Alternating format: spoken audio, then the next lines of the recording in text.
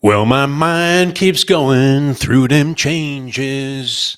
Hey, good morning, everybody, on a Degenerate Friday edition of Bury Your Bookie. I'm Jeff Deforrest. Very happy to have you with us for today's edition of the program. I'm going to try and cram a lot of things into today's show, including an overview from a betting prospect and proposition for the upcoming college football season. It's right around the corner. You have the game in Ireland coming up between Georgia Tech and Florida State. A lot of people dismissing Florida State, including that SEC shill, Paul Feinbaum, who's talking about how they're drowning in their tears from getting fucked in last year's playoffs, which, let's face it, they got fucked. There's no other way to put it.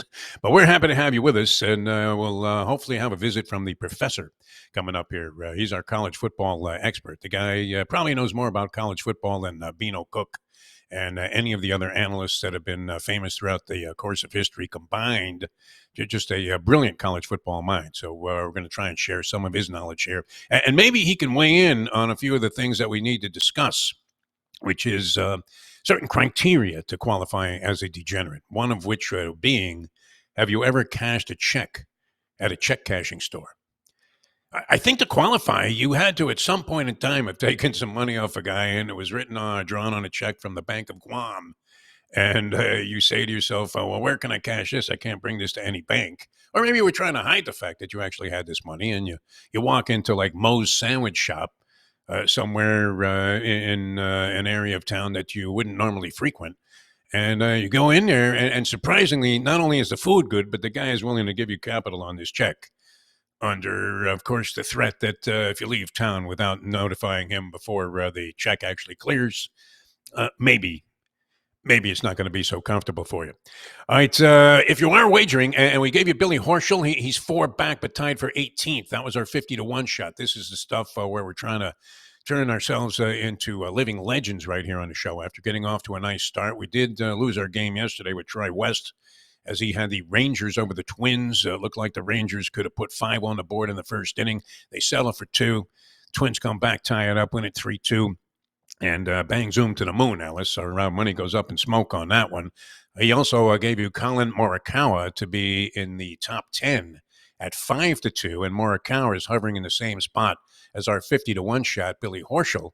4 shots off the pace being put forth by Chris Kirk, who, by the way, I mean, talking about golf, if you can take a wild stab on golf, it literally is like gambling and playing roulette. 75-1 to lead after the first round, Chris Kirk. So congratulations to anybody who sniffed that out. They certainly buried their bookie. Bet Online would be the place to make your bets, though, the world's most trusted betting platform and your number one source for everything football. From the preseason NFL to college kicking off, which we're going to talk about in a second here, Bet Online has every stat, every matchup, even live odds and spreads while the games are being played. And if you think you really know your stuff, get in on our winner-take-all $300,000 NFL Survivor Pool for the upcoming season. When the game's over, head on over to the online casino. You can play poker, blackjack, or participate in over 150 slot games that are available. Head to the website today and use the promo code BELIEVE. That's BLEAV. And you can get in on all the action. Bet Online. The game starts here. All right, we have many questions to answer, and later on we have a tip horse for you, which I'm reluctant to give out because this is an ethical question of any degenerate behavior, and that is, are you obligated to give out a tip horse that you received regardless of the source? Or maybe you have to vet the source, but are you obligated to give that out to your friends? And I want to say no to that you'd be protecting your friends by not giving it out because in my history, I believe that maybe 10 tip horses have hit lifetime, and that's in 60 years of going to the track. So, percentages are pretty low there, you would have to say. And with that, and he can help me embellish this, this proposition that we have about are you obligated to give out a tip horse? We welcome to the show one of our good friends, college football expert, extraordinary handicapper on college football and basketball, other things as well. Knocked it out of the park during COVID on Australian rules football. We welcome to Bury Your Bookie, the professor. Professor, how are you, my friend? Thanks for joining us on Bury Your Bookie. I'm doing good, Deef. How about you? I couldn't be better. I'm debating what to do about this tip horse that I received, and you have to consider the source always. But in general, and you've hung out at racetracks with me and the many boys that usually matriculate their way to a track almost every afternoon. They're all up in Saratoga right I now. mean, I'm not sure I've ever actually cashed a decent ticket with you, but yeah, I've been there. Yeah. Now, are you obligated though? Maybe you get. I don't know. I mean, you've received tips on games like that Marcus Camby Classic Yeah, that when you worked knew out that well. Camby wasn't going to play against Rutgers one day, and then you got Yeah. fucked naturally because of all things. A student strike took place in the middle of the game Correct. with the Black Panther Party. That's as tough a Because the beat as you Rutgers could take. Black Student Union decided it was time to redo the 1960s on a night where I had a lot of cash riding. Look, um, And you had and inside information that Camby wasn't going to play, and you were getting like 30 points in a game that they were leading by 25 at halftime. I think they were actually only up like 4 at halftime, but still, yeah. Anyway, the tip horse thing or the tip in sports, it depends on the circumstances. Kind of, for starters, it depends what the tip is, right? Because Yes. if let's just say, and I'm not throwing names out or anything, I'm being specific, but let's just say it comes like directly from the jocks or the jocks agent or the trainer, so you know it's a live tip, but the horse is even money. Like, do you really want to give out? Do you want to be the guy who's giving out tips on dead ass chalk? I don't know that, you know. Yeah. And you know what the source is. Do you have a good lead on like a 10-1 or better? It's very certain. And honestly, are these people your friends or are you real friends? People like you actually socialize with, or are they just the jerk offs you see at the track every once in a while? I do. Are you familiar with the movie Snatch? No. Okay, Guy Ritchie film, a great, and the guy gives out a tip on a boxing match. It turns out to be a loser from some putz but he gives it to some jerk, and the jerk comes back and complains. The guy looks at him and says, "You know what? When I give a dog a bone, I don't want to know how it tastes." I think that sort of sums up the situation there. Like, who are you giving it to? Who'd you get it from? I mean, there's the inner circle tips, and then there's just the people floating around the track tips. Yeah. Different things. And you were right about the chalk. I mean, I was thinking about this in the context of the golf tournament because, I wanted to float some money in on Billy Horschel. I got to the post too late to make my own Yep. wager there on my 50-1 hunch play. And we've had some success coming up with long shots in golf tournaments. And you know what happens. Mostly we've had some success getting to the last day and then getting massively kicked in the balls. Yes. But yes, we've had some success. And it's a lot of fun. I mean, if you're in contention, you would have to say you get your money's worth of entertainment. If this was all about entertainment, this degeneracy 100%. in any way, you get your money's worth if you're following a guy all the way to the finish line, even if you do get pounded right in the groin, and kicked in the balls at the end. Yeah, I mean, there's no glamour in betting the chalk in these tournaments, much like you're going to allude to with the national championship in college football and the Heisman Trophy chase, where some guy tells you, "Well, I got Scheffler and Shoffley," and Again, your immediate thought is, to tell the guy to go fuck himself. You chalk playing loser.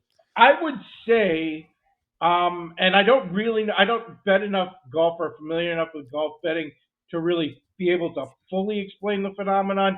So imagine it's the proliferation of a sport that was lightly bet becoming very big in the era of the sports app where now everybody in America is betting games and is betting stuff like golf during the summer.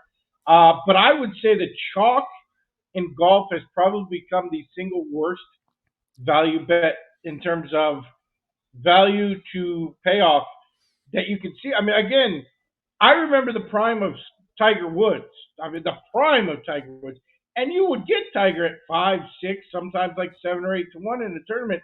I compare that to what we've seen Scotty Scheffler go off the last 3 or 4 tournaments, not the Brits, but the ones in America, going off like 3.5 to 1, 3.5 to 1, 3 to 1. How's there any value in that? I mean, none. I don't get it. None. I mean, even if he wins, he'd have to win at least 1 out of every 4 tournaments for you to, even come close to breaking even.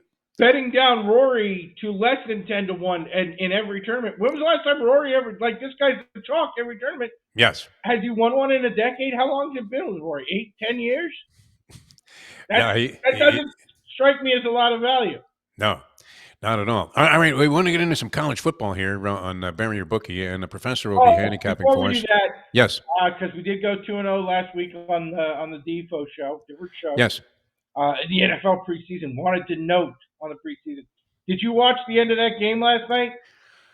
I know this, that a friend of mine was all over the Patriots because even though he thinks they won't win 4 games this year during the regular season, he believed that they were going to cover 3 points last night because, as he put it, and this is really probably the most dangerous rhetoric you could hear about betting preseason football, they're not playing anybody. Philadelphia supposedly was going to have all of Oh, its like okay. backups in the game. Which they did. They had their fourth team quarterback in for most of the second half. But the move, if you watched it last night, Yeah. the Patriots play their fourth team quarterback, Joe Milton, pretty much the entire back half. It gets down to the last 2 minutes of the game. Patriots get the ball back after skipping Bailey Zappi in the rotation. They bring him in with 2 minutes to try to get a last minute drive. It's a preseason, so if you thought there was the level of scumbaggery was going to go down in the least with Bill Belichick leaving, Mayo showed you last night. Oh no, we are still just black-hearted as fuck here in New England. I mean, again, they brought in the third team quarterback after playing the fourth team quarterback to try to get a late 2 minute win in the preseason. I'm not sure I've ever seen that before.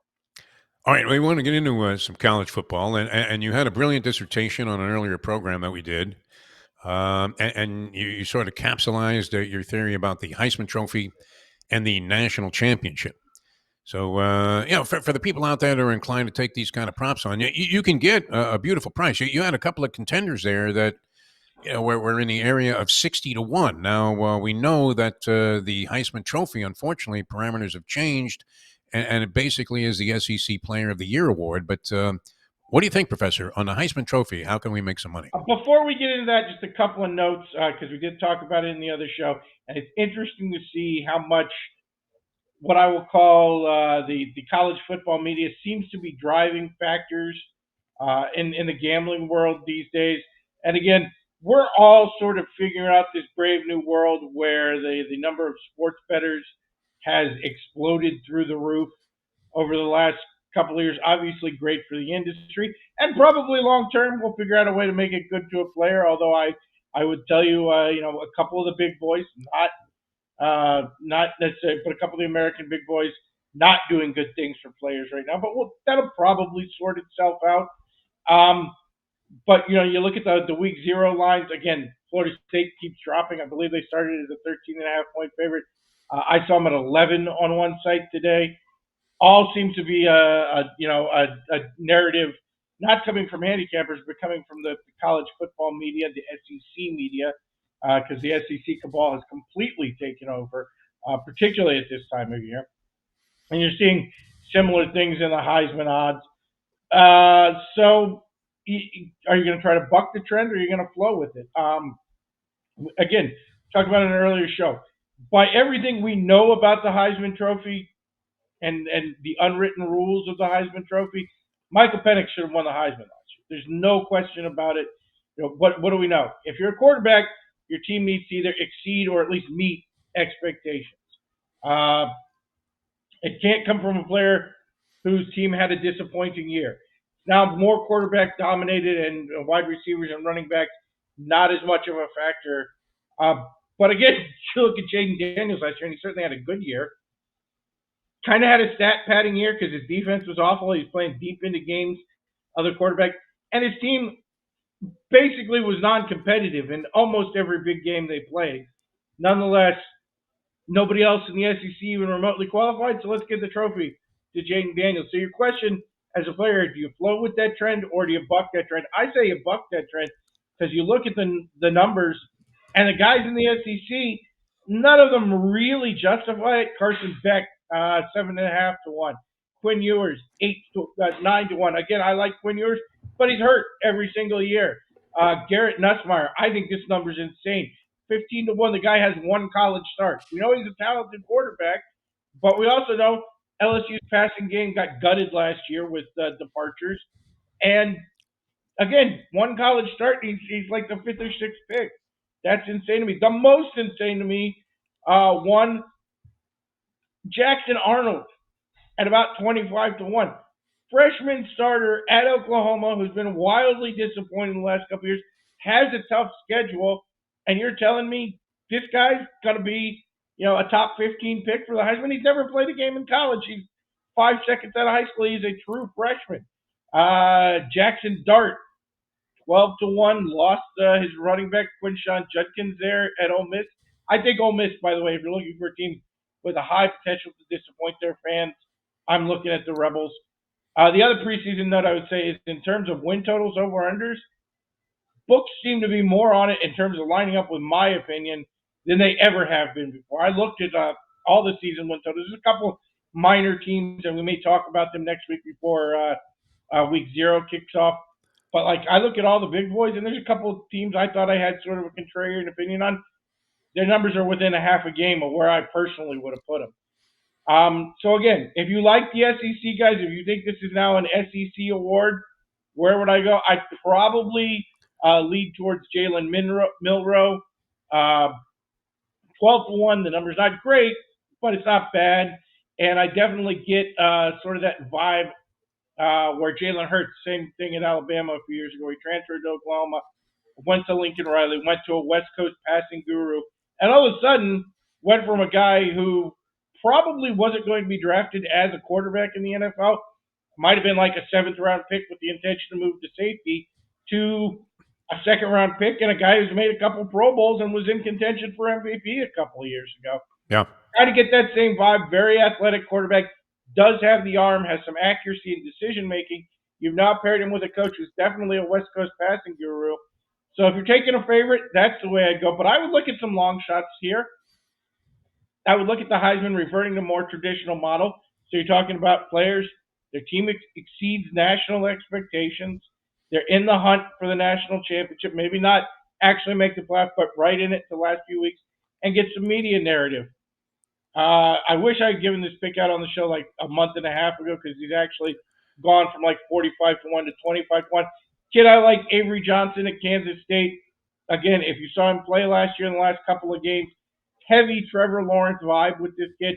Huge, tall, redhead, big arm, vastly more athletic. Because he's like 6'4.5", 6'5", and 230 or 240, but he's skinny, so you wouldn't think this is.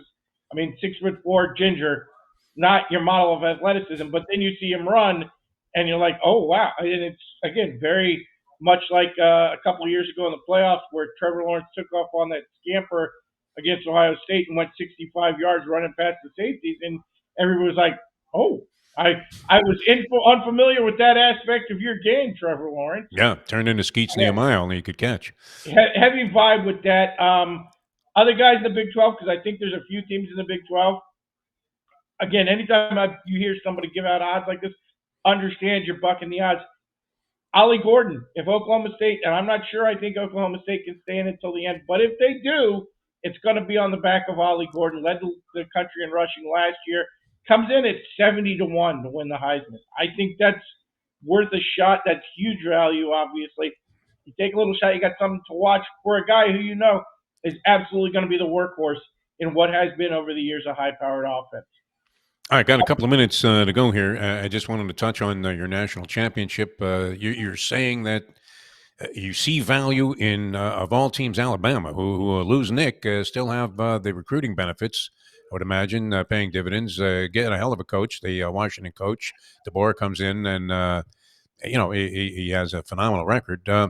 What are your thoughts there real quickly, Professor? It's been pointed out a few times over media the last couple of weeks. 21 of the last 23 national titles have started the season inside the top 7 preseason. I don't think in the more difficult national championship era, we have to run the gauntlet at the end of the season.